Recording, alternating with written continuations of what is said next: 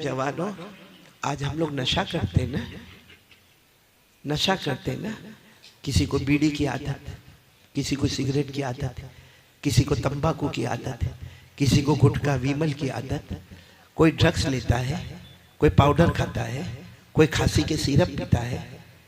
क्या हमको ये डर नहीं?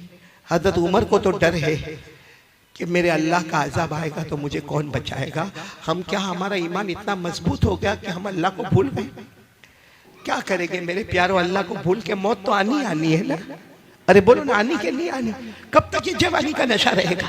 कब तक ये जवानी का नशा रहेगा? और ये जितनी चीजें हम इस्तेमाल करते हैं ना, चाहे बीड़ी हो, सिगरेट हो, तंबाकू हो, गुटखा हो, ड्रग्स हो, पाउडर हो, एमडी हो, ये जितनी चीजों का हम इस्तेमाल करते हैं, हम समझते हैं आई एम यंग, मैं जवान हूं, मेरे पास वेस्टर्न स्टाइल है, मेरा चलने का तरीका, मेरा बोलने का तरीका, मेरी बाइक, मैं बहुत होशियार हूं। मेरे प्यारों, जिस दिन एक बीमारी आती है ना, फिर बचाने वाला कोई नहीं होता। सही कह रहा हूं, गलत कह रहा हूं? कितने लोगों को कैंसर हो गया? वरना पहले हमारा जवान, आपने यहाँ जद्दूपुर में भी देखा होगा, हमारा जवान बाइक पर बैठता है और बिल्कुल जहां सारा मजमा होगा ना, वहां जाके ट्रैफिक नहीं है, लेकिन जोर से बाइक का ब्रेक मारेगा। क्यों बाइक का ब्रेक मारेगा? सब लोग देखे और फिर वो जेब में से निकालेगा। क्या क्या बोलते आप लोग? हाँ, अभी यूं हाथ पे थोड़ा टक टक टक टक करेगा, हाँ, फिर यूं खोलेगा, हाँ, और फिर आ करके ऐसा पिएगा जैसे शरबत पी रहा है। सही है कि नहीं? लेकिन ये जो चीज गलत है वो गलत है। नशा गलत है तो गलत है, पाउडर खाना गलत है तो गलत है, ड्रग्स लेना गलत है तो गलत है। होता क्या है मालूम है? नहीं सुधरता नहीं है, वो रोज रोज रोज रोज लेता जाता, फिर ये जो मुंह है ना, मुंह ये छोटा हो जाता है। कैसा हो जाता है? फिर क्या करता है मालूम है? यूं हाथ में लेके यूं करेगा, एक हाथ से दरवाजा खोलेगा, दूसरे हाथ से एंटर हो जाएगा। सही कह रहा हूँ, गलत कह रहा हूँ मेरे तो? फिर इतना छोटा सा मुंह हो जाता है। डॉक्टर के पास, अब डॉक्टर को मालूम है भाई, डॉक्टर माहिर है, चेहरा देखकर समझ जाता है कि इसको कैंसर है, लेकिन डॉक्टर को भी तो अपना बिल बनाना है ना। तो ये करना, वो करना, ऐसा करना, वो करना, यूरिन टेस्ट होगा, ब्लड टेस्ट होगा, पीठ में से पानी निकाला जाएगा, फिर इसका ये होगा, फिर वो होगा, लेबोरेटरी में जाएगा, ये करेगा। करते कराते डॉक्टर आखिर में कहता है लास्ट स्टेज ऑफ कैंसर, 2 महीने बचे हैं। और वो पूरी गवर्नमेंट ने कहा मास्क नहीं लगाने का, वो मास्क लगा के घूम रहा है, क्योंकि यहाँ उसका मुंह छोटा हो गया है, ऑपरेशन हो गया, जबड़ा फाड़ दिया गया। मेरे प्यारो, क्या कयामत में इसका जवाब नहीं देना पड़ेगा? मुफ्ती अली साहब, एक बड़ा अजीब मामला, मैं गुजरात में था, एक ने मेरे को आकर कहा मौलाना मेरा भाई 32 साल का है, वो खा खा के, तंबाकू खा खा के कैंसर हो गया, मर गया। वो शहीद हुआ कि नहीं हुआ? यानी वो मेरे को फतवा पूछता है कि मौलाना लिख के दे दो ना कि मेरा भाई शहीद हो गया, मैं मेरे खानदान वालों को बताऊं। मैंने कहा गुटखा खा के मरा, तंबाकू खा के मरा, ऑपरेशन करा के मरा। मैंने कहा सुनो, मैं आज मसला बताता हूं।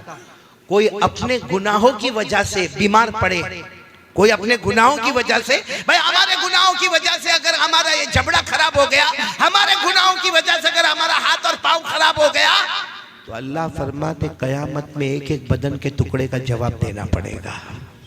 ये कुरान में लिखा है, कुरान में 15वां पारा, अल्लाह तबारक व तआला फरमाते हैं इन्नस समा वल बसरा वल फुआद कुल्लु उलाइका काना अन्हु मसऊला। अल्लाह तबारक व तआला फरमाते तेरे कानों का, तेरी आंखों का, तेरे दिल का, बदन का जो भी टुकड़ा तूने गुनाहों की वजह से डैमेज कर दिया, बोलो कल कयामत में। हाँ, लेकिन अगर आदमी कभी बीड़ी, सिगरेट, तंबाकू, गुटखा कुछ नहीं, और बेचारे को कैंसर हो गया, हाँ फतवा दे दो कि शहीद होकर दुनिया से जा रहा है। लेकिन मेरे प्यारों, क्या ये सब करना जायज़ है जो हम करते हैं? क्या हमको अल्लाह का डर नहीं लगता? मेरे दोस्तों, कैंसर वाले को पूछो कैसा रोता है, कैसा रोता है, आखिरी घड़ी में क्या क्या हालात उसके ऊपर आते हैं। मेरे दोस्तों, वो कैंसर जब बदन में फैलने लगता है, लेकिन फिर भी हमारी तबीयत में सुधार नहीं आता ना। हम ना तो अपनी माँ के बने, हम सही में अपनी माँ के भी नहीं बने, अपने अब्बा के भी नहीं बने, हम अल्लाह के भी नहीं बने और मुस्तफ़ा के भी नहीं बने। हमको सिर्फ अपनी मर्जी प्यारी है मेरे प्यारो, जिसकी वजह से आज बर्बादी और तबाही के सिवा हमारे पास कुछ नहीं है। मैं पूछना चाहता हूँ, माँ की कौन मानता है? माँ को माँ कौन समझता है? ये पूरा मजमा है। अगर ये ऐलान हो गया भाई कारी अहमद अली का बयान होने वाला, या चलो ये ऐलान हो जावे कि यहाँ शादी का मंडप लगने वाला, या ऐलान हो जावे कि यहाँ पर बहुत बड़ा फंक्शन होने वाला, यहाँ के जिम्मेदार जवानों को जमा करेंगे, भाई कौन कौन हमारे साथ खिदमत करेगा, कौन कौन हमारे वॉलंटियर हजरात होंगे। बहुत अच्छा है, सारे के सारे जवान आ जाते और आकर कहते आप लोगों को फिक्र करने की जरूरत नहीं है, कुर्सी लगाना हमारा काम होगा, टेबल लगाना हमारा काम होगा, खाना खिलाना हमारा काम होगा। अरे चावल हम लेकर आएंगे, अरे सालन हम लेकर आएंगे, अरे मंडप हम लगा देंगे, लाइट हम लगा देंगे। बहुत अच्छा है, मखलूक की खिदमत है। लेकिन इसमें से किसी एक जवान को पूछो माँ का पांव दबाता है कि नहीं दबाता? माँ के सर पे कभी मोहब्बत से हाथ फेरता है कि नहीं फेरता?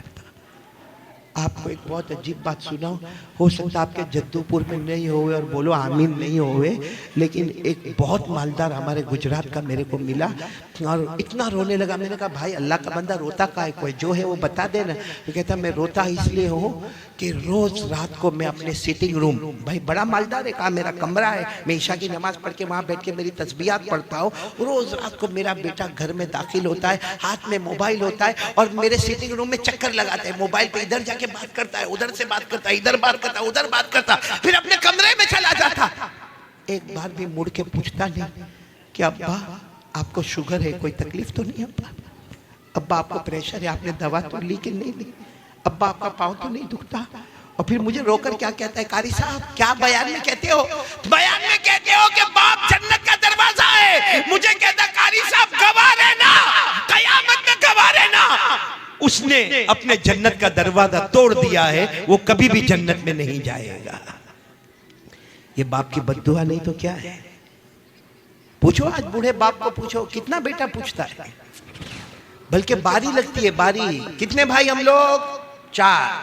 कितने भाई? 5।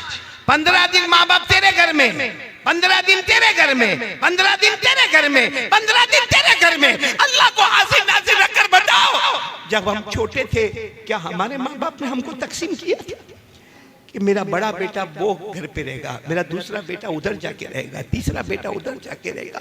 क्या हमारे माँ बाप कोई बंदर है जो एक डाली से लेके दूसरी डाली, दूसरी डाली से तीसरी डाली पर? मेरे प्यारो, ये जो हम नशा करते ना, नशा आपको नहीं मालूम है, नशा बहुत खतरनाक है। बोलो ये नशा बहुत खतरनाक है। आज आपको मैं एक वाकया सुनाने जा रहा हूँ, आपकी अकल हैरान हो जाएगी। मेरे दोस्तों, एक बहुत बड़े अल्लाह के वली बोलो या हदीस के इमाम बोलो, हजरत फजल बिन अयाज, बोलो क्या नाम? आप सिर्फ फजल याद रखो, क्या नाम? हजरत फजल। वो जब हदीस का सबक पढ़ाते थे ना, ठाटे मारता हुआ, वो जमाना ऐसा नहीं होता कि भाई मदरसे के बच्चे 14 साल, 15 साल, 16 साल, 18 साल, 20 साल, नहीं, वहां मदरसा ऐसा होता था, खुला मैदान होता था जिसमें बच्चे भी है, बड़े भी है, बूढ़े भी है, सब बैठे गए। और जब हजरत फजल आते थे, सारे बच्चे इस्तेकबाल के लिए खड़े होते थे। आपके सामने ऐसा टेबल रखा होता था, उस पर हदीस की किताब होती थी, आप पढ़ाना शुरू करते थे। उस जमाने में जो भी तरीका पढ़ाने का होता पढ़ाते थे। एक सामने स्टूडेंट बैठता था, सामने एक स्टूडेंट, सुनना, बहुत होशियार, बहुत चालाक, और आपको मालूम है जो ब्राइट स्टूडेंट हो, जिसका दिमाग अच्छा हो, तो पढ़ाने वाले की तवज्जो उसकी तरफ बोलो ज्यादा होती है। तो वो और हजरत फजल देखते थे, वो जो बोलते वो सब लिखता है। और कभी कभी चेक करते थे, तो चेक करते तो देखते थे इतना अच्छा लिखता है, इतना अच्छा। यानी हजरत फजल कहते हैं कि मुझे मेरे शागिर्दों में, मेरे स्टूडेंट में, मुझे इसके बारे में यकीन था कि इसका फ्यूचर बहुत ब्राइट होगा। कहते हैं कि 1 महीना गुजरा, वो पढ़ने नहीं आया। कितना महीना? अब ब्राइट स्टूडेंट हो, वो 2 दिन नहीं आवे तो उस्ताद परेशान, पढ़ाने वाला परेशान, टीचर और प्रोफेसर परेशान कि मेरा इतना अच्छा स्टूडेंट नहीं आता। लेकिन वो चूंकि मजमा इतना रहता था, हजरत फजल समझे कहीं सफर पे गया होगा, इधर गया होगा, उधर गया होगा। सुनो, बराबर सुनना। हजरत फजल कहते एक दिन आने के साथ ही मैंने पूछ लिया कि भाई वो कहाँ है, वो मेरा स्टूडेंट कहाँ है जो सारी बातों को लिखता था, बाय हार्ट करता था? तो किसी ने कहा वो तो घर में बीमार है, आखिरी सांस ले रहा है, घर में बीमार है। और बोलो, हजरत फजल को इतना रहम आया, सब स्टूडेंट को कहा चलो ना हम मिलने जावे, चलो ना मिलने जावे, आज सबक नहीं होगा, आज उनको मिलने जाएंगे। बहुत मेहनत करता था वो मेरा बच्चा, और बहुत होशियार था। जब गए ना तो देखा सही में वो आखिरी सांस ले रहा है। और आपको मालूम है जो आखिरी सांस लेता हो तो उसके सामने सूरह यासीन पढ़ी जाती है। क्यों? क्योंकि सूरह यासीन कुरान की रूह है। बोलो, सूरह यासीन कुरान की रूह है। और इस वक्त हमला बॉडी पर नहीं हो रहा है, मौत के वक्त हमला किसके ऊपर होता है? रूह पर होता है। तो रूह को रूह के साथ आसानी करने के लिए मरने वाले के पास क्या पढ़ना चाहिए? तो हजरत फजल ने देखा कि आखिरी सांस लेता, अपने सारे स्टूडेंट को कहा चलो चलो यासीन पढ़ो, यासीन पढ़ना शुरू करो। अब सब बच्चों ने यासीन एक आवाज गूंजी, यासीन पढ़ने की आवाज गूंजी। मालूम है वो जो बच्चा था ना, जवान लड़का, अपने उस्ताद को कहता है मत कहो इनको यासीन पढ़ने, मत कहो, मेरे को कुछ भी काम नहीं आएगा, मेरे को कुछ भी काम नहीं आएगा। तो ये समझ गए उस्ताद के आखिरी वक्त है, आदमी कुछ भी बोलता है समझ में नहीं आता। तो उस्ताद ने कहा भाई सब लोग यासीन पढ़ना बंद करो, बल्कि क्या करो, ला इलाहा इल्लल्लाह पढ़ो, पढ़ो ला इलाहा इल्लल्लाह, ला इलाहा। क्योंकि हदीस में आता है लक़िनु मौताकुम ला इलाहा इल्लल्लाह, जो मरने के करीब हो उसको ला इलाहा इल्लल्लाह उसके सामने पढ़ो। मालूम है जब सबने ला इलाहा इल्लल्लाह की आवाज़ गूंजी तो स्टूडेंट कहता है अपने उस्ताद को, मेरे उस्ताद हजरत फजल, मेरे उस्ताद मत पढ़ो, मत पढ़ो, काम नहीं आएगा। कहा बेटा ऐसा क्यों कहता, काम नहीं आएगा? क्यों ऐसा क्यों कहता काम नहीं आएगा? कहा 2-4 घंटे पहले मुझे पता चला अल्लाह ने मेरे ईमान को छीन लिया है, अल्लाह ने मेरे ईमान को छीन, बस इतना कहा और आंखें बंद हो गई।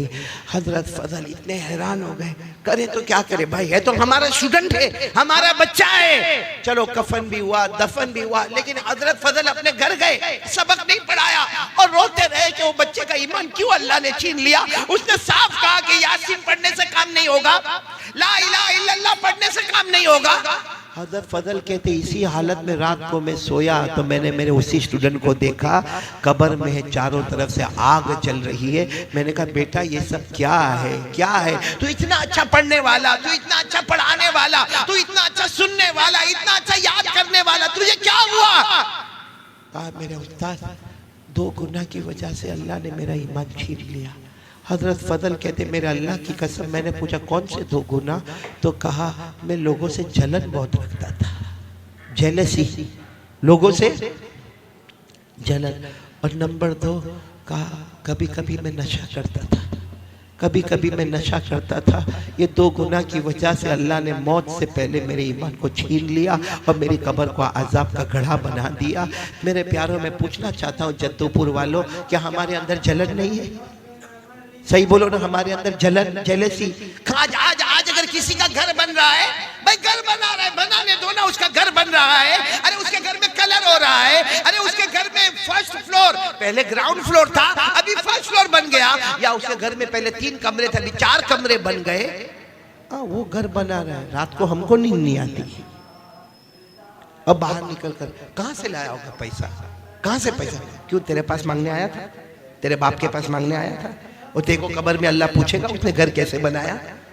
अपनी फिक्र करने का क्या, उसकी फिक्र करने का? बोलो सही कह रहा हूँ गलत कह रहा हूँ मेरे प्यारों? ये जलन जो हमारे दिल में है ना। और नंबर 2 नशे की आदत। मेरे प्यारों मालूम है जो नशा करता है ना, नशा जब वो जहन्नम में जाएगा, अल्लाह हिफाजत फरमाए, बोलो आमीन, बोलो आमीन। क्योंकि नशा बहुत खतरनाक है।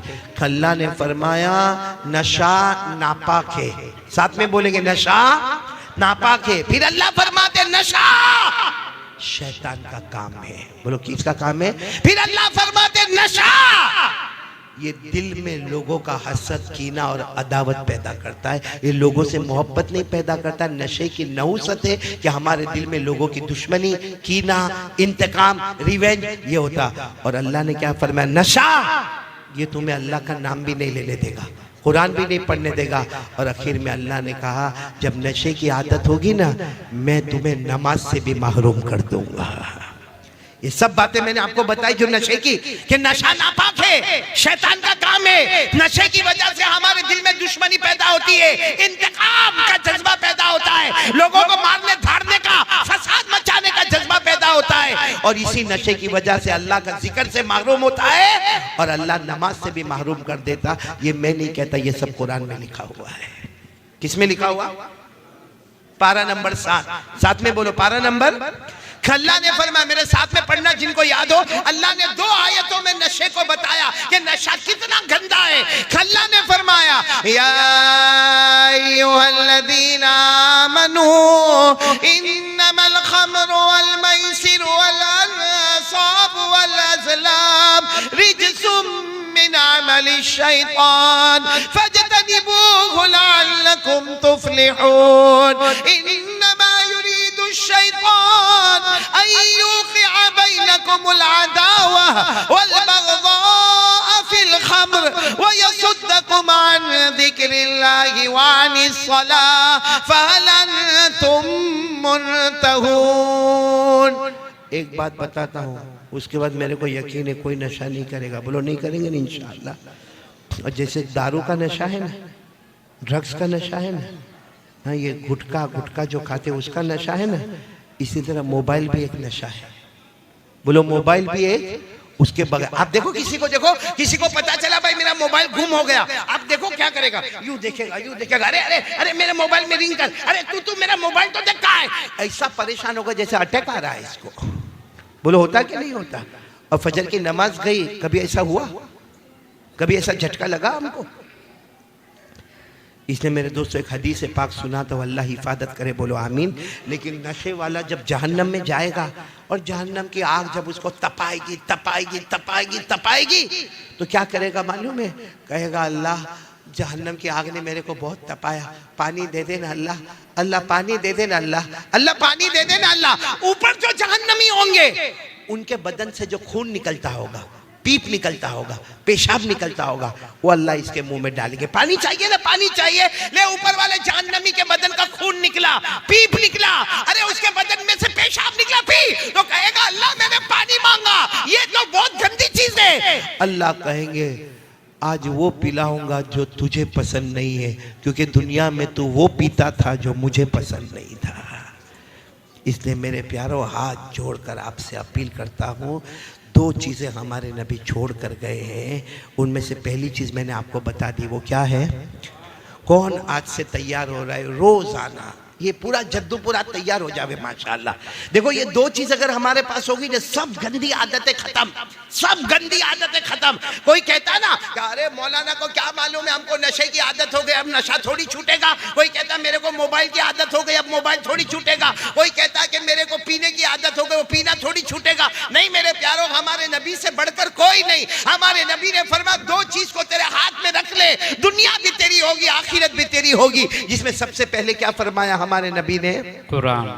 आवाज नहीं आ रही आप लोगों की? कुरान। बहुत ठंडे हो गए आप लोग, बंद कर दूं बयान? कौन सी चीज पहली बोलो? मैं हर जगह पर आज एक ही ऐलान करता हूँ, कुरान पढ़ोगे ना इंशाअल्लाह। आज पूरा जद्दूपुर माँ बहनें बेटियाँ आप सब इरादा करें, मैं आपसे ज़्यादा वक्त नहीं मांगता, आधा घंटा, 24 घंटे में 23.5 घंटे आपके, आधा घंटा आपसे मांगता हूँ। कौन कौन तैयार है? आधा घंटा कुरान पढ़ेंगे इंशाअल्लाह। नहीं दोनों हाथ ऊपर करके बोले, बोलो पढ़ेंगे इंशाअल्लाह, पढ़ेंगे नहीं इंशाअल्लाह। अच्छा हमारे कुछ बड़े बूढ़े भी होते हैं, मौलाना बोल कर गए, अब कहाँ वो हमने बचपन में नहीं पढ़ा, जवानी में नहीं पढ़ा, अब मौलाना बोल कर गए कि आधा घंटा कुरान पढ़ना। सुनो, हजरत अली को पूछा गया कुरान सीखने की मुद्दत कब है, शुरू कब होती है, खत्म कब होती है? हजरत अली ने फरमाया मिनल महदी इलल लहदी। कुरान करीम के सीखने की मुद्दत शुरू होती है माँ के गोद से और खत्म होती है कब्र के गोद में। और मेरे को मालूम है आधा घंटा कुरान पढ़ेंगे। अब यहाँ जो उलमाए किराम बैठे हैं, इनको अगर बोलो आधा घंटा कुरान पाक पढ़ना, आधे घंटे में 2 पारे खत्म। अरे बोलो आधे घंटे में 2 पारे खत्म, 2.5 पारे खत्म, सूरह बकरा मुकम्मल। और अगर किसी आम आदमी को बोलो भाई आधा घंटा कुरान पढ़ना, तो बेचारा मुश्किल से धीरे धीरे सा या कोलो असुफा करते 1.5 पेज 2 पेज, तो सोचेगा कि ये मौलाना तो 2 पारे खत्म करके चले गए, ना मेरे 2 पेज भी खत्म नहीं हुए। ना मेरे दोस्तों, कुर्बान जाओ हमारे नबी पर। हमारे नबी को मालूम था मेरा ऐसा उम्मती भी आएगा जो बाद में कुरान पढ़ना शुरू करेगा। हमारे नबी ने फरमाया अल्लज़ी यक़रउल कुरान व यतताअतउ बिही फलहु अजरान। हमारे नबी ने उस जमाने में फरमाया मेरा उम्मती ऐसा आएगा जो कुरान पढ़ेगा, अटक अटक के पढ़ेगा, रुक रुक के पढ़ेगा, अटक अटक के पढ़ेगा। हमारे नबी फरमाते उसको डबल सवाब मिलेगा, पढ़ने का भी सवाब मिलेगा और अटकने की जो तकलीफ होगी उसका भी सवाब मिलेगा। सुभान अल्लाह। इसलिए मेरे प्यारों, अब तो मैंने पूरा मामला खोल के आपके सामने रख दिया है। तो कितना वक्त मैं आपसे मांग रहा हूँ? आधा घंटा। और ये नशे से तौबा करोगे ना? आज की रात तौबा करो। इंशाअल्लाह। नहीं मेरे प्यारों, मत करो, नशा मत करो। अपनी बीवी को देखो, अपने बच्चों को देखो, अपने माँ बाप को देखो। हमारी जिम्मेदारी है। ये नशा करके, आवारागर्दी करके कुछ दिन का मज़ा है, फिर ज़िंदगी की सज़ा है। दुनिया की भी सज़ा है, आखिरत की भी सज़ा है। इसलिए मेरे प्यारों, आप ये सोचते होंगे ना कि छोड़ने का कैसा, वही मैं आपको तरीका बताने जा रहा हूँ कि पहला काम ये अपने घर में शुरू कर दो। आधा घंटा अपनी बीवी बच्चे सबको बोलो, आधा घंटा कुरान पढ़ेंगे। बोलो पढ़ेंगे ना इंशाल्लाह। और अगर नहीं पढ़ना आता ना, अरे मस्जिद के इमाम साहब के पास चले जाओ ना, मस्जिद के इमाम साहब को बड़े प्यार से कहो ना, मैं रोज़ाना आपके पीछे नमाज पढ़ता हूँ, मेरे को 5 से 8 मिनट आप थोड़ा सा कुरान की 2-4 आयतें पढ़ा देना। वो 2-4 आयतें पढ़ा दे, आप घर जाके उसी को पढ़ते रहो, उसी को पढ़ते रहो, उसी को पढ़ते रहो, उसी को पढ़ते रहो। आधा घंटा कुरान को दे दो मेरे दोस्तों, दुनिया भी हमारी होगी, आखिरत भी हमारी होगी इंशाअल्लाह। करेंगे? बोलो करेंगे इंशाअल्लाह। तो हमारे नबी ने क्या फरमाया था? क़ाल रसूलुल्लाह सल्लल्लाहु अलैहि व आलिहि वसल्लम तरक्तु फीकुम अमरैन। हमारे नबी ने फरमाया था, 2 चीजें छोड़कर जाता हूँ, अगर दोनों चीजों को थाम लोगे आबाद होंगे, जन्नती होंगे, दुनिया भी तुम्हारी, आखिरत भी तुम्हारी।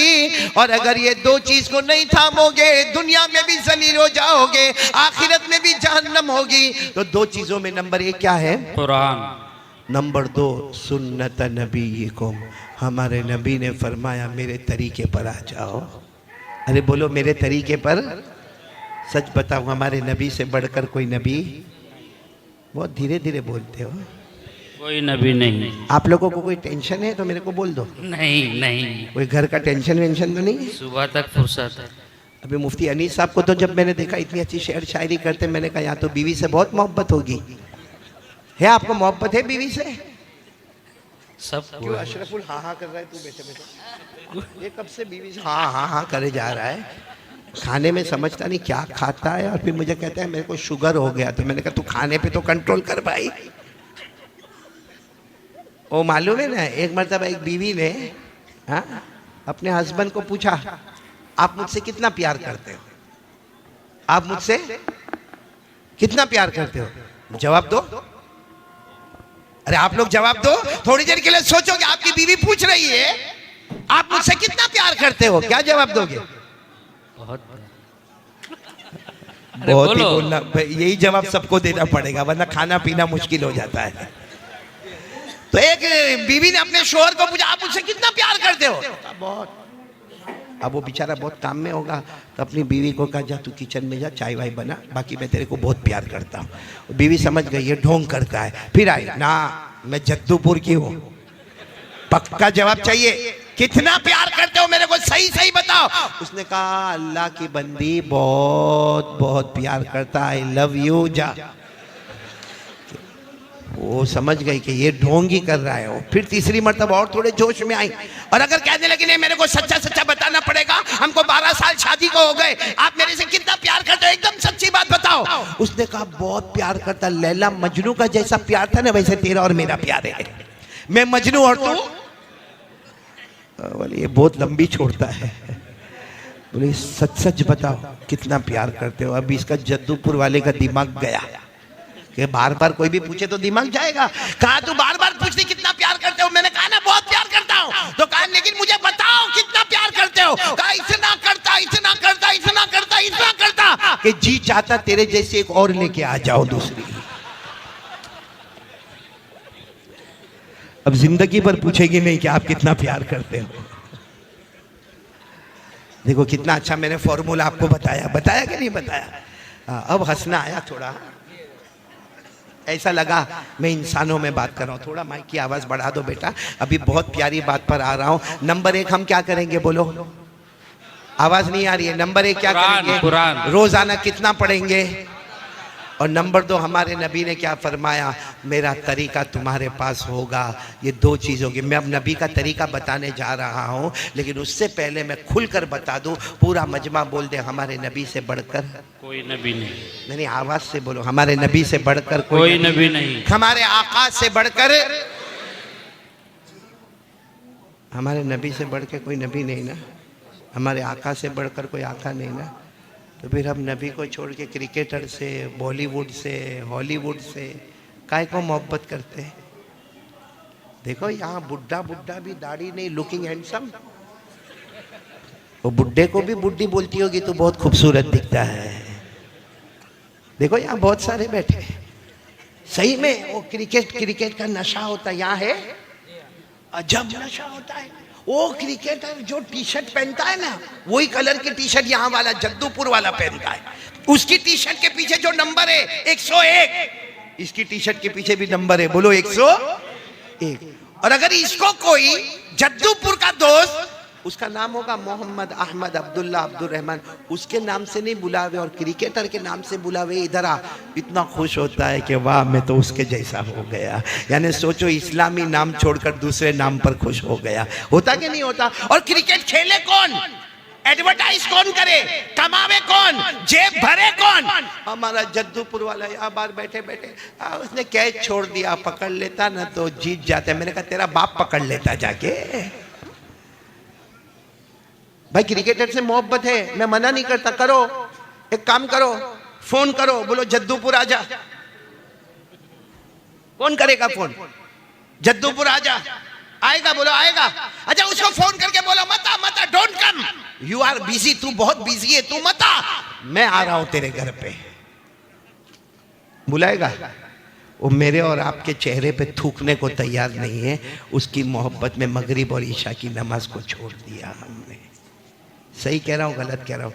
सही में कभी कभी सोचता हूँ अशरफुल, हमसे बड़ा पागल कोई नहीं है। हाँ, अगर हमको कोई बोले ना ए पागल, ओ मेंटल, तो हमको बहुत गुस्सा आता, मेरे को पागल बोला। लेकिन ऊपर वाला रोज हमको पागल कहता है, क्योंकि अल्लाह ने फरमाया ऐसा काम करना जिसमें दुनिया भी न मिले, आखिरत भी न मिले। खुल्लम खुल्ला पागल है। ऐसा काम करना जिसमें दुनिया भी, अब ये बॉलीवुड हॉलीवुड से मोहब्बत, दुनिया कितनी मिली हमको? नहीं बोलो ना, कितनी मिली दुनिया? आखिरत मिली? अल्लाह फरमाते खसीरत दुनिया वल आखिरा ज़ालिका हुवल खुसरानुल मुबीन। अल्लाह फरमाते मेरा बंदा मेरी बंदी ऐसा काम करे कि दुनिया भी न मिले, आखिरत भी न मिले। अल्लाह फरमाते खुल्लम खुल्ला नुकसान उठाने वाला। तो मेरे दोस्तों क्रिकेटर से मोहब्बत, ये बॉलीवुड से मोहब्बत, हॉलीवुड से मोहब्बत। मैं तो मुफ्ती अनीस हमेशा कहता हूँ बयान में, सबने टोपी पहनी है, हाँ बोलो। अरे पहनी है तो हाँ बोलो ना। असल में पहनी नहीं है, मेरे को पहना ही है। अभी मैंने देखा, अभी बहुत सारे बच्चे मेरी मुलाकात के लिए आए और हर एक को एक फिक्र थी कि मैं एक फोटो निकाल लूं। बहुत सारों को मैंने देखा, लेकिन मैंने देखा कितनों को मैंने देखा कारी अहमद अली से मोहब्बत करने आए और मुस्तफ़ा की मोहब्बत तोड़ के आए। ये कैसा मामला है? क्योंकि मैंने उनके सर के बाल देखे, यहां भी सबने टोपी पहनी है, बाकी अभी टोपी हटाओ, हमारे जवानों के बाल सामने आएंगे। अजीब मुफ्ती अनीस साहब, ये कौन सा फतवा है और कौन से बाल है? इनकी टोपी जब उतरेगी ना तो ये इलाके में बाल नहीं, यहाँ ये एरिया में, ये एरिया यतीम है, यतीम। अच्छा इधर भी बाल बोलो नहीं, ये इलाका गरीब है, गरीब है। और पीछे के हिस्से में भी बाल, वो ज़कात का मुस्तहिक है भाई। और यूं यूं यूं यूं बीच में औरत का अंबोड़ा होता ना, वैसे बाल होंगे, यहाँ से पूरे बाल खत्म और बीच में ऐसे बाल होंगे। और फिर क्या करेगा मालूम? भरे बाजार में यूं करता होगा। अरे कोई लड़की भी देखती होगी तो बोलती होगी कार्टून, तेरे साथ कौन निकाह करेगा? सही कह रहा हूँ गलत कह रहा हूँ? अजीब कपड़े पहनो भाई, कपड़ा पहनना है, फर्ज है। मुझे किसी ने पूछा मौलाना जीन्स पहनते ना, जीन्स? मैंने कहा बिल्कुल हलाल, कौन मना किया? कौन मुफ्ती साहब ने मना किया कि जीन्स मत पहन? जीन्स पहनना जायज है, मगर फटी हुई जीन्स पहनना, भाई फटा हुआ कपड़ा पहनना, ये पागल नहीं है? इसकी अकल के स्क्रू ढीले नहीं हो गए? एक को मैंने देखा, वो जीन्स पहना था, ये पूरा यहाँ दोनों तरफ से घुटना खुला और जेब इधर बना था। यहाँ कैसे घुसाता होगा पैसा? जेब इधर बना होगा। अच्छा वो मेरे दोस्त का लड़का, अब हम तो वहाँ गुजरात में रहते, गुजराती में बात करते हैं, तो मैंने उसको कहा भाई हूँ थी लॉकडाउन पछी तारा पप्पा पर कई हालात आ गया? यानी मैंने उसको मतलब ये कहा कि लॉकडाउन के बाद तेरे अब्बा पे कुछ हालात आ गए कि तू फटा फटा कपड़ा पहन के घूमता है। तो मुझे कहता है मारा पप्पा ना बारा माऊ नहीं कहवानो, यानी मेरे अब्बा के बारे में ऐसा नहीं बोलने का। तो मैंने कहा कि फिर तो ये फटा हुआ कपड़ा, तो कहता है मौलाना तुमने कहीं खबर नहीं, स्टाइल। कहता है मौलाना यू डोंट नो, तेरे को कुछ नहीं मालूम, ये स्टाइल है। मैंने कहा फटा हुआ कपड़ा स्टाइल, थोड़ा अकल लगाओ। जद्दूपुर वालों, अल्लाह ने आपको इल्म दिया, नॉलेज दिया, एजुकेशन दिया। आप में से कोई कॉलेज में पढ़ता होगा, कोई यूनिवर्सिटी में पढ़ता होगा, कोई एसएससी में पढ़ता होगा, कोई डॉक्टरी करता होगा। थोड़ी देर के लिए अकल लगाओ कि कपड़ा पहनना, और वो भी कैसा फटा हुआ। तो मैंने उसको कहा ये फटा हुआ कपड़ा कहाँ से आया? भाई हमारे बाप दादा को हमने देखा भाई सीधा सीधा कपड़ा पहनते, jeans pant T shirt pant, कोई मना नहीं करता, लेकिन ये फटा हुआ घुटना खुला हुआ। तो मुझे कहता मौलाना आप लोगों को कुछ नहीं मालूम। मैंने कहा नहीं मालूम इसीलिए तो पूछ रहा हूँ तेरे को। कहा कि उसने कोई पिक्चर का नाम लिया और कहा कि वो पिक्चर में कोई हीरो है और वो हीरो जो है ना नाचता है, गाना गाता है, और उसके जीन्स पहना है और उसके जीन्स के दोनों घुटने फटे हुए, जेब इधर का इधर बना हुआ। तो कहा उसने ऐसा पहना, बोला उसने ऐसा पहना, तो हमारे जद्दूपुर के जवानों ने भी ऐसा पहनना, पूरी स्टाइल बन गई, सबने ऐसा पहनना। मैंने कहा अच्छा हुआ उसने पहना, नहीं पहना होता तो नहीं समझे, नहीं समझ में आया तो मुफ्ती अनीस को बाद में पूछ लेना भाई। नहीं मेरे प्यारो, कसम खाकर बोलो हमारे नबी से बढ़कर कोई नबी, आवाज से बोलो ना हमारे नबी से बढ़कर कोई नबी। एक प्यारी बात में बताओ, सब साथ में दो, साथ दोगे ना, मेरा साथ दोगे ना इंशाअल्लाह। आपको मालूम है कि हमारे नबी सल्लल्लाहु अलैहि वसल्लम की विलादत हुई, यानी हमारे नबी पैदा हुए, और आपके अब्बा तो नहीं थे, यतीम थे आप। तो माँ बीबी आमीना, साथ में बोलो माँ का नाम। बीबी आमीना ने एक ज़माने तक दूध पिलाया, बहुत प्यारी माँ बीबी आमीना ने एक ज़माने तक दूध पिलाया। फिर अरब का दस्तूर था कि बच्चे को गांव में भेजा जाए और गांव की औरत दूध पिलाए। तो कौन हमारे नबी को लेकर गई? बोलो साथ में बोलो, कौन लेकर गई?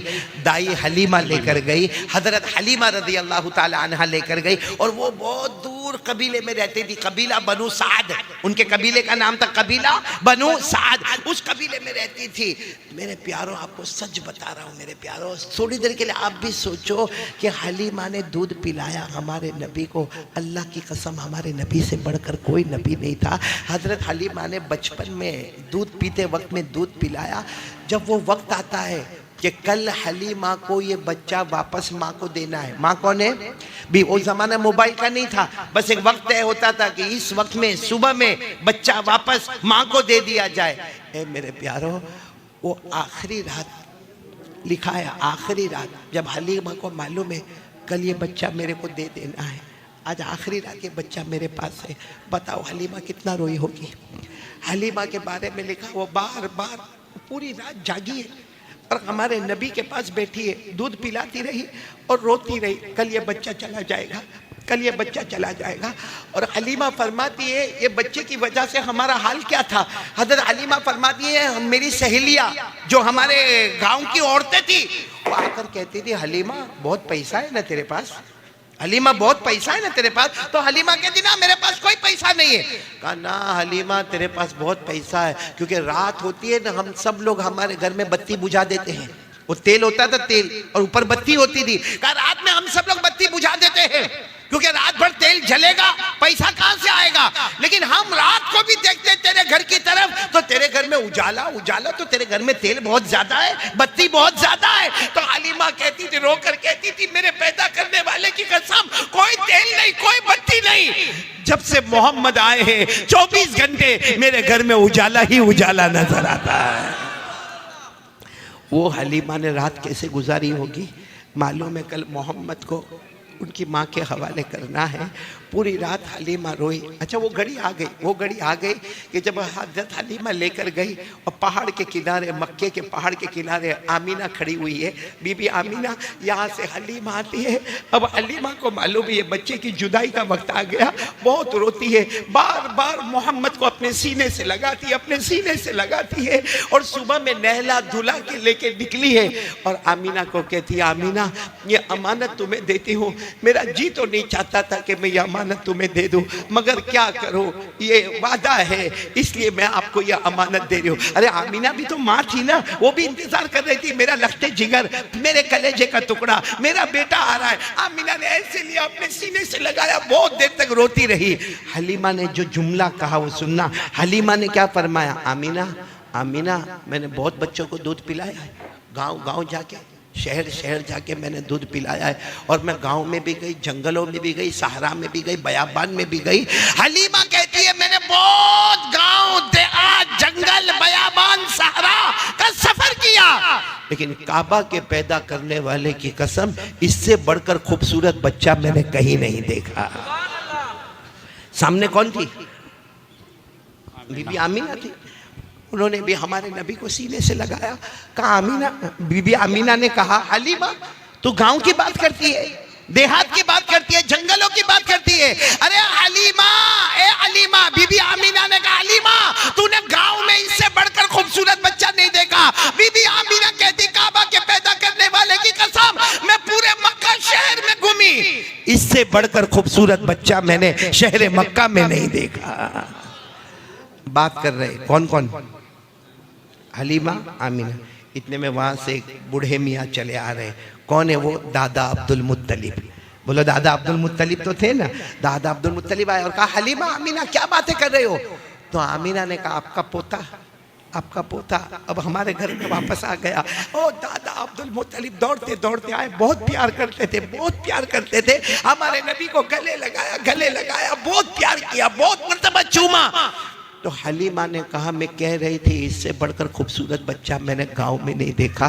तो आमीना ने कहा इससे बढ़कर खूबसूरत बच्चा मैंने शहर मक्का में नहीं देखा। तो दादा अब्दुल मुत्तलिब कहने लगे हलीमा आमीना रहने दो, मैंने तो मुल्कों मुल्कों का सफर किया, कंट्री कंट्री का सफर किया, मैं तिजारत कारोबार में कहां से कहां तक गया। अरे काबा के पैदा करने वाले की कसम, मैंने किसी मुल्क में इससे बढ़कर खूबसूरत बच्चा नहीं देखा। सुभान अल्लाह। अच्छा ये बातें हो रही है, अचानक एक नूरानी शख्स सामने। कौन? हलीमा, आमीना, दादा अब्दुल मुत्तलिब चौके। कौन? आने वाले ने कहा मैं जिब्राइल हूँ, बोलो सुभान अल्लाह। फरिश्ता हूँ, बोलो सुभान अल्लाह। फरिश्तों का सरदार हूँ, बोलो सुभान अल्लाह। तो इन तीनों ने कहा लेकिन फरिश्ता आप यहाँ पर क्यों आए?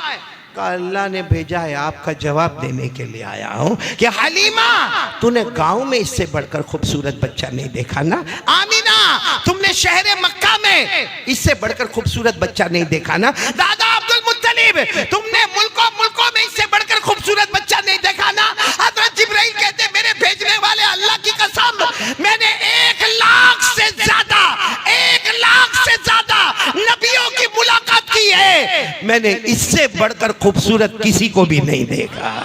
सुभान अल्लाह। इतना हज़रत जिब्राइल ने कहा कि गैब से अल्लाह की आवाज आई, अल्लाह की आवाज आई, कैसे देखोगे, कैसे देखोगे, मैंने इससे बढ़कर खूबसूरत किसी को पैदा ही नहीं किया है। कैसे देखोगे, मैंने इससे बढ़कर खूबसूरत किसी को पैदा ही नहीं। मेरे दोस्तों हमारे नबी बहुत खूबसूरत थे। आपको मालूम है एक वक्त आता है बच्चा 1 साल 1.5 साल का हो जाता है, 2 साल का हो जाता है, अब उसको खिलौने की ज़रूरत पड़ती है। किसकी ज़रूरत पड़ती है? आपने देखा होगा हमारे घर में बच्चे होते हैं, खिलौने लाए जाते हैं। एक रात हमारे नबी, वही 1.5-2 साल की उम्र, हमारे नबी सो रहे हैं, आमीना बैठी हुई। आमीना कौन? अम्मी, वालिदा। और हमारे नबी तो यतीम थे। अरे बोलो हमारे नबी। अल्लाह ने फरमाया अलम यजिदका यतीमन फआवा व वजदका ज़ाल्लन फगदा व वजदका आइलन फअगना। अल्लाह तबारक व तआला फरमाते मेरे मुस्तफ़ा हमने आपको यतीम पैदा किया। तो हमारे नबी 1.5-2 साल की उम्र, और आमीना वहाँ बैठी है, और आमीना रोकर क्या कहती मालूम? मोहम्मद मोहम्मद। हालांकि वो 1.5-2 साल का बच्चा, लेकिन आमीना कहती मोहम्मद तेरा अब्बा नहीं ना, तेरा अब्बा होते तो खिलौना लेके आते, तेरा अब्बा नहीं ना, तू तो यतीम है, मैं बेवा हूँ, इसलिए अब्बा नहीं तो खिलौना लाने वाला कोई नहीं। और बीबी आमीना अपना कपड़े से अपने आंसुओं को साफ करते हुए कहती है मैं गई थी बाजार में, मिट्टी के खिलौने भी थे, लकड़े के खिलौने भी थे, मगर मेरे पास पैसा नहीं था। मैंने जो कीमत देखी तो मैं वापस मुड़ के आ गई। बच्चा मेरे को माफ़ कर देना, तेरा अब्बा नहीं, मैं बेवा हूँ, मेरे पास पैसा नहीं, मैं ना मिट्टी का खिलौना ला सकती, ना कोई और खिलौना लेकर तुम्हारे पास आ सकती। ये कहकर बीबी आमीना कुछ बात करते करते ऐसे आसमान की तरफ देखा तो बीबी आमीना चौंक गई। आसमान की तरफ देखा, चांद जो है ना, चांद आगे की तरफ जा रहा है। बोलो कहाँ जा रहा है?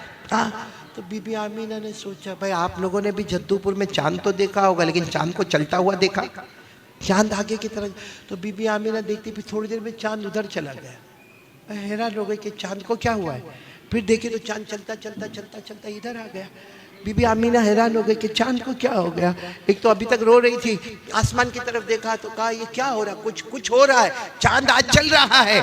फिर बीबी आमीना ने मोहम्मद की तरफ देखा कि हमारे नबी की उंगली मुबारक ऐसी है, यूं इशारा करते हैं तो चांद उधर चला जाता है, यूं इशारा करते हैं तो चांद इधर चला जाता है, यूं इशारा करते तो चांद इधर चला जाता। तो बीबी आमीना कहती, मुझे ऐसा लगा कि गैब से आवाज आई, ये मुस्तफा है, ये मेरा है, इसको मिट्टी के खिलौने की जरूरत नहीं है, ये जमीन पर रहेगा, आसमान पर हुकूमत करता रहेगा। मेरे दोस्तों, सच बताओ, हमारे नबी से बढ़कर कोई नबी? बोलो ना, कौन कौन आज तैयार है नबी से मोहब्बत करेंगे इंशाअल्लाह?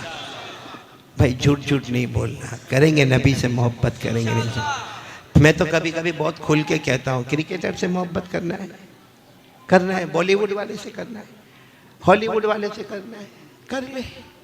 मैं कहता हूँ कर ले, लेकिन अल्लाह ने अगर थोड़ी अक्ल दी है तो इतना बता, क्रिकेटर से क्यों मोहब्बत करता है?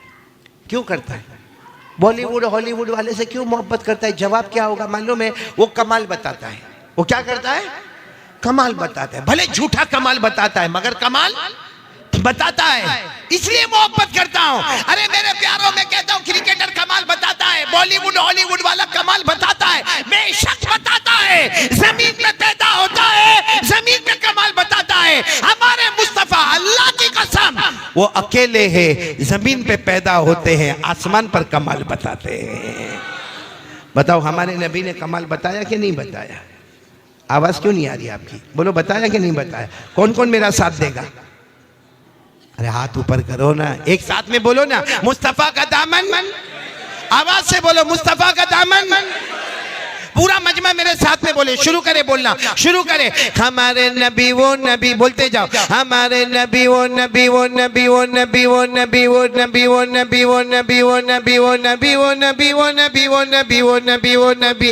अल्लाह की कसम, हमारे नबी वो नबी, उंगली मुबारक से इशारा करे, चांद के दो टुकड़े हो जाए, आधा इधर हो जाए, बोलो आधा। ऐसा कोई कर सकता मेरे दोस्तों? बोलो ना, कोई कर सकता? हमारे नबी की क्या शान होगी मेरे दोस्तों, क्या शान होगी कि हमारे नबी का ऐसा गुज़र हो रहा है। बोलो, ऐसा हमारे नबी का गुज़र हो रहा है। वहाँ अबू जहल बैठा है, मक्का में अबू जहल बैठा है, उसके दोस्त बैठे हैं, शराब की मजलिस हो रही है और मालूम नहीं गालियाँ बकी जा रही है। हमारे नबी वहाँ से जाते हैं तो अबू जहल ने गालियाँ देना शुरू की और अबू जहल के दोस्तों ने भी गालियाँ देना शुरू की। किसी ने पत्थर मारा, हमारे नबी ने कुछ नहीं कहा, अपना गर्दन झुका के वहां से जाने लगे। लेकिन जब अबू जहल ने हद कर दी और अल्लाह की तरफ भी गाली की निस्बत कर दी, क्यों हमारे नबी आए और आकर कहा अबू जहल से, कितना ही मारोगे, कुछ भी करोगे, मैं अल्लाह का रसूल हूँ।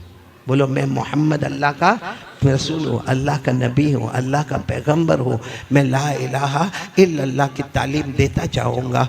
ये कहा और ये कहकर हमारे नबी आगे चले गए। तो अबू जहल ने अपने दोस्तों को कहा, चलो आज मौका है, आज एग्जाम, आज इम्तिहान लेने का मौका है, रात का सन्नाटा है। और वो हमको बोलकर चले गए कि मैं अल्लाह का रसूल हूँ, अल्लाह का नबी हूँ, और कुछ भी हो जाए मैं ला इलाहा इल्लल्लाह का ऐलान करता रहूँगा।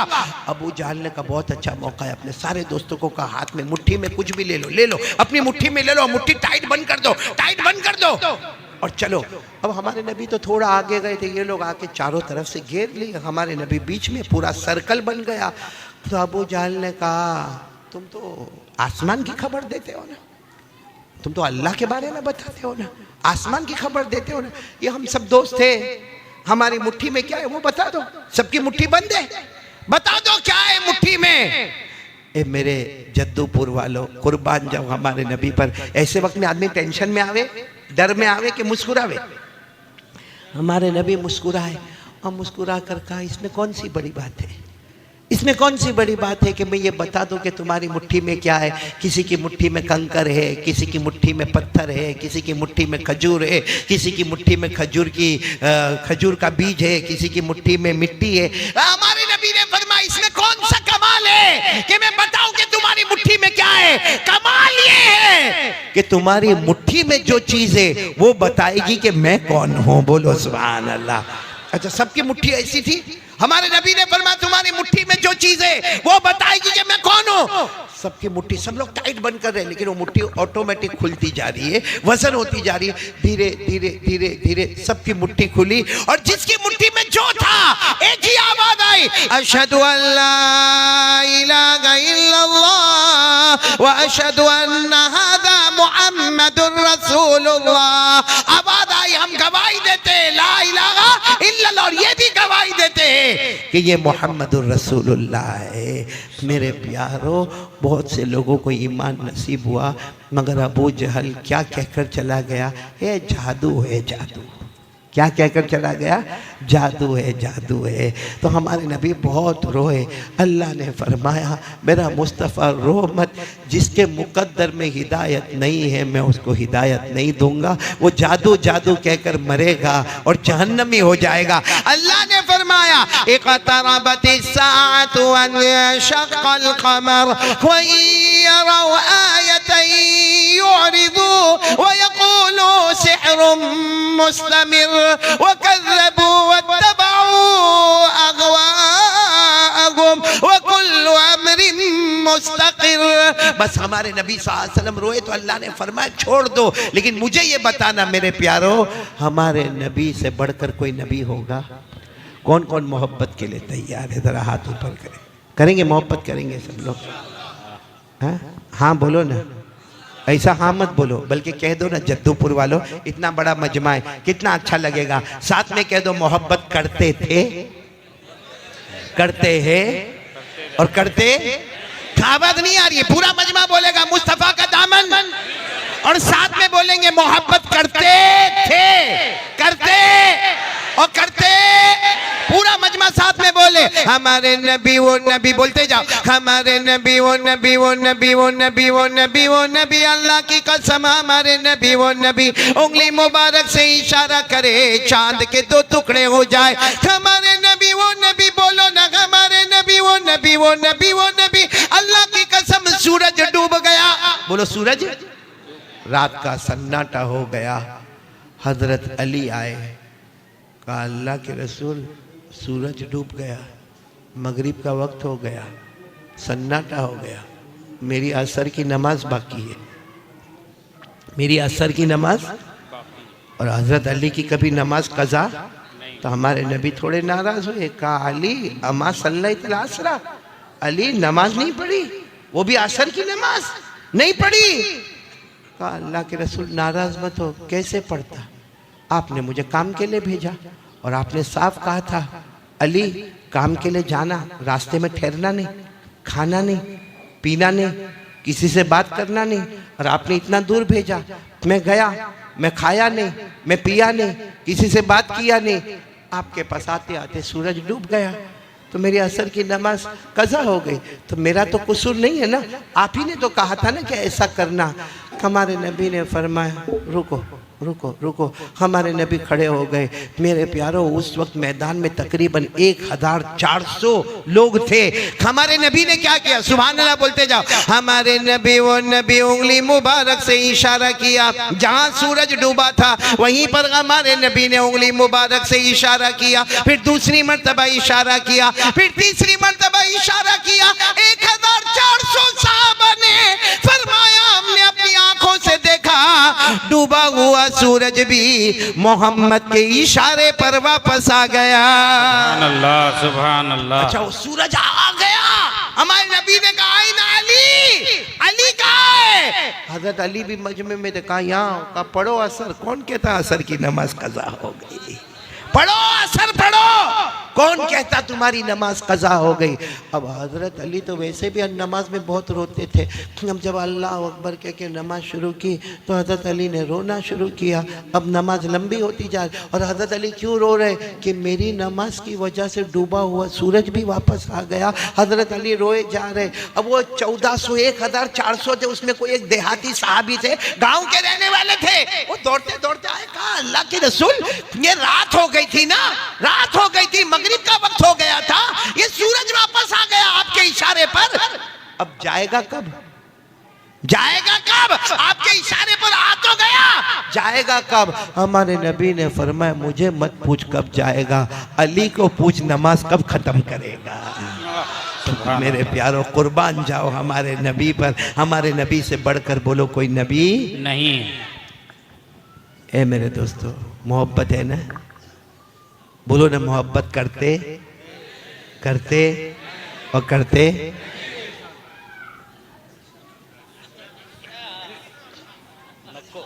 नहीं समझे, मैं बोलूंगा नहीं, नाराज हो जाओगे, फिर कभी नहीं बुलाओगे तो क्या करूंगा भाई, लेकिन बात सीधी है।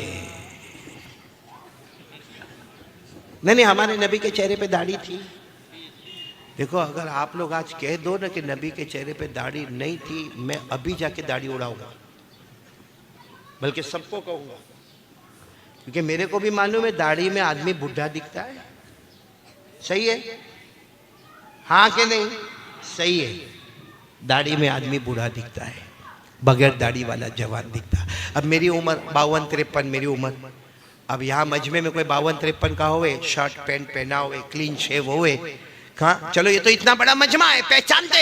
अगर नहीं पहचानते हुए तो क्या होगा मालूम है, वो भी आता होगा, मैं भी आता होगा, मेरी उम्र भी 52-53, उसकी उम्र भी 52-53, लेकिन मेरे चेहरे पर दाढ़ी, उसके चेहरे पे दाढ़ी।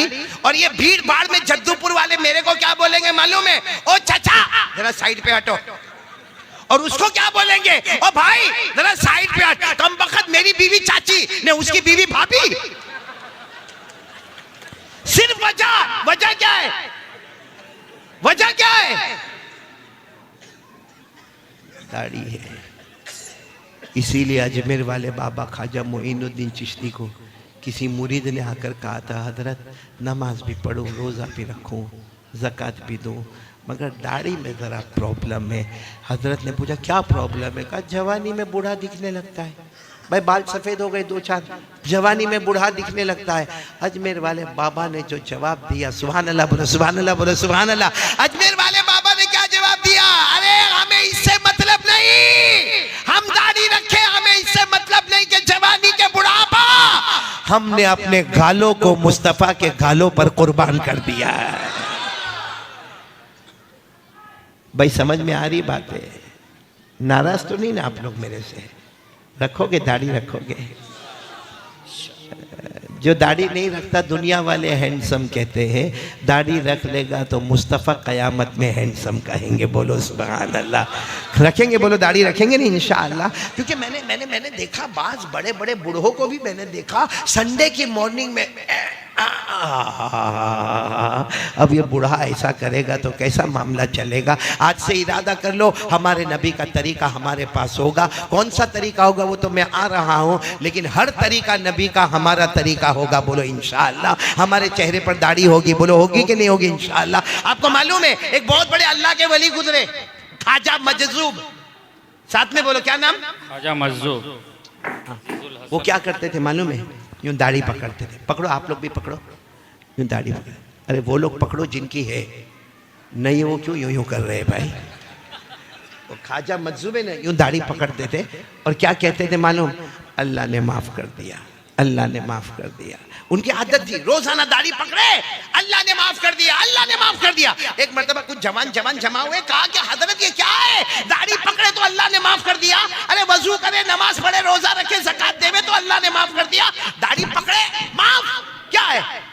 ख्वाजा मंसूब अल्लाह के वली थे, कहने लगे मैं सोचता हूँ, क्या सोचता हूँ कि कल क़यामत का दिन होगा। बोलो कल क़यामत का दिन होगा, मेरा अल्लाह मुझे पूछेगा क्या लेकर आया, क्या लेकर आया। मैं दाढ़ी पकड़ कर कहूँगा कुछ नहीं लेकर आया, तेरे मुस्तफ़ा की सूरत लेकर आया।